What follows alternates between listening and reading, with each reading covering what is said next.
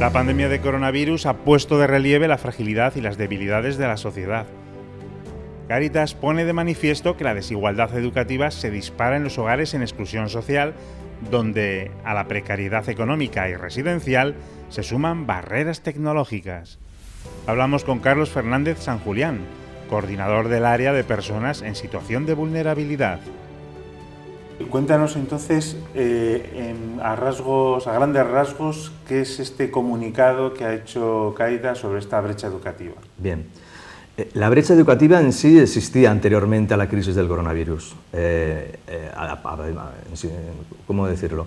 Las familias en situación de exclusión social, aparte de mantener unas carencias socioeconómicas, unas carencias en sus viviendas, una precariedad laboral en parte de ellas, tenían unos problemas añadidos para la educación de sus hijos. ¿Con esto qué quiero decir? Que no todos los padres, no todas las familias tenían los recursos personales, el nivel formativo necesario para acompañar a sus hijos en su proceso educativo.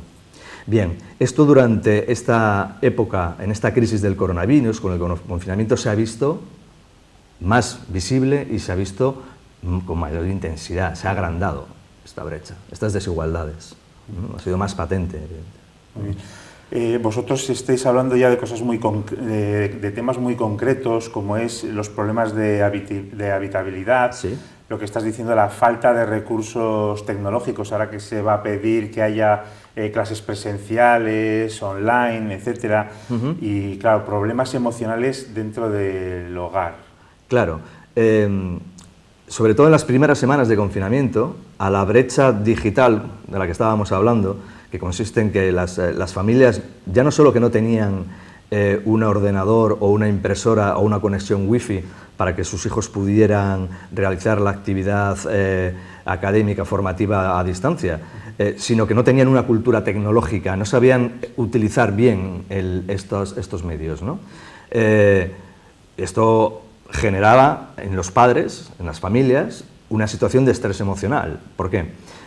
Porque aparte de la situación que ellos estaban viviendo en sí, de aliviarla o de buscar las necesidades básicas, como pueden ser la búsqueda de alimentos, el poder hacer frente a los gastos de suministro energético, los alquileres, etc., estaba añadido las tareas o el acompañamiento educativo a sus hijos, que muchas veces no se sentían capacitados. No solamente estoy hablando de los chavales con los que nosotros trabajamos, sino estoy hablando a nivel global, ¿no?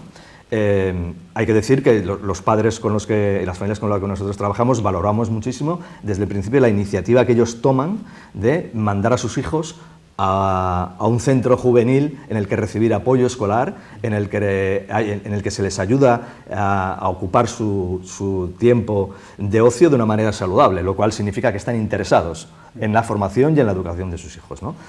Ellos no siempre tienen esas capacidades. Ya no solamente hablo de formación académica, sino de aptitudes personales, ¿no? Y nosotros intentamos incidir ahí. ¿Qué ocurre en estas familias? Sus casas son pequeñas, como tú bien decías, tenían problemas de habitabilidad, el estrés emocional que te decía de buscar el sustento diario, pues a todo esto se añadía la atención a sus hijos, ¿no? Esto generaba tensiones, conflictos. Claro, hay que tener una paciencia no puntual, sino generar es un ejercicio de paciencia prolongado en el tiempo, que no han sido 15 días, han sido 2 meses, ¿no? Y esto ha generado mucha tensión en algunas familias. Nosotros hemos estado allí también, por medio de teléfonos y videollamadas cuando era posible, ayudándoles para generar pautas educativas, para ayudarles también lanzando tareas de ocio y tiempo libre a sus hijos para que ellos tuvieran un poco de espacio para sí mismos, porque no hay que olvidar que antes todos teníamos nuestro rincón de soledad, nuestro momento de ocio, de asueto, independiente, y esta vez nos hemos tenido que enfrentar a unas situaciones de una manera permanente y de una manera mucho más directa. Y estas personas, pues bueno, no todo el mundo tiene las aptitudes, las habilidades sociales o de comunicación o la gestión emocional para llevar a esto a buen puerto, ¿no? Bueno, ya he estado comentando algún aspecto de lo que habéis estado haciendo, que sé que os habéis estado volcando con el teléfono, Sí. que no habéis querido abandonar a esta gente, sobre todo en estos momentos, estas familias. Sí. Y pues en el comunicado se habla de que Cáritas está atendiendo a 25.000 familias en España. Sí. Me gustaría que aquí me comentases un poco más qué es lo que tú haces en tu área, sí, y un poco lo que habéis estado haciendo. Bien, nosotros atendemos, o hemos estado atendiendo durante este tiempo, en concreto a 72 chavales en los 2 proyectos de infantojuveniles y a 50 familias. Y en el programa de medidas judiciales a 37 menores. ¿De acuerdo? Todo esto ha supuesto para nosotros un reto, evidentemente, porque la no presencial, la no actividad presencial en nuestra intervención ha supuesto que nos hemos tenido que adaptar para acciones comunicativas distintas y cómo gestionar nuestro antiguo apoyo escolar o académico. Esto, claro, se ha visto dificultado por la carencia de la tecnología digital de gran parte de estas familias. En uno de los comunicados de Cáritas se habla de que el 90% de las familias no tenían o carecían de algún aparato necesario para poder realizar su actividad formativa, académica, escolar.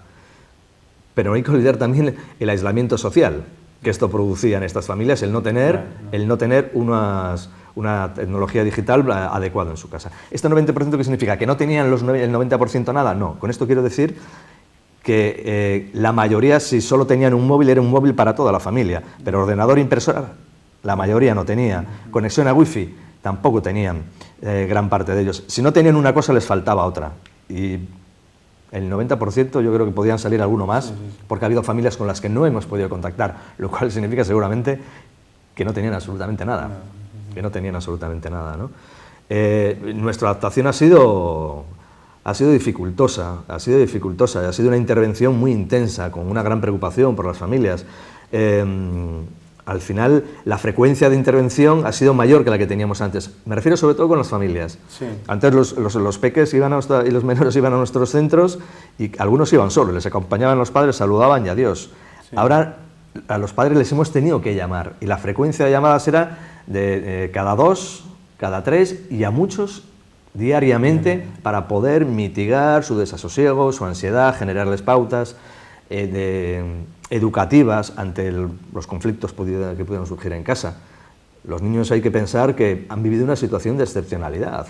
Su vida ha cambiado de una manera radical en muy poco tiempo y muchos de ellos no llegaban a comprender el porqué, lo cual les generaba cierta angustia, miedo, tal, que también ha habido que mitigar. Eso es la parte emocional, nuestro trabajo de intentar hacer un apoyo psicosocial, ¿no? a estas familias. Muy bien, Carlos. Otra cuestión es que planteáis un actuar, ¿no? A ver que sé que tenéis una campaña de Cada Gesto Cuenta, de donación, muy importante, sí. Si quieren dar donaciones puntuales o hacerse socio. Sí. Pero, también planteáis un actuar ya más pues hacia pues bueno, dais como pautas, ¿no? Incluso pedís un pacto educativo. Sí. Cuéntanos un poco ese actuar que planteáis. A nivel confederal, desde Cáritas, más que exigir o pedir, tenemos una posición al respecto y se valora que en la enseñanza obligatoria, a nivel estatal, a nivel nacional, haya un currículum homogéneo, único, porque eso facilita o mitiga las desigualdades. Otra cosa es que posteriormente, en la enseñanza post-obligatoria, ya se haya itinerarios diferenciados, pero que en un principio el currículum académico sea homogéneo, ¿no? Que sea lo más homogéneo posible en todo el territorio. Eso facilita el que no haya tantas desigualdades educativas por los motivos que yo antes te decía, ¿no? Bueno, muchas gracias, Carlos. De nada.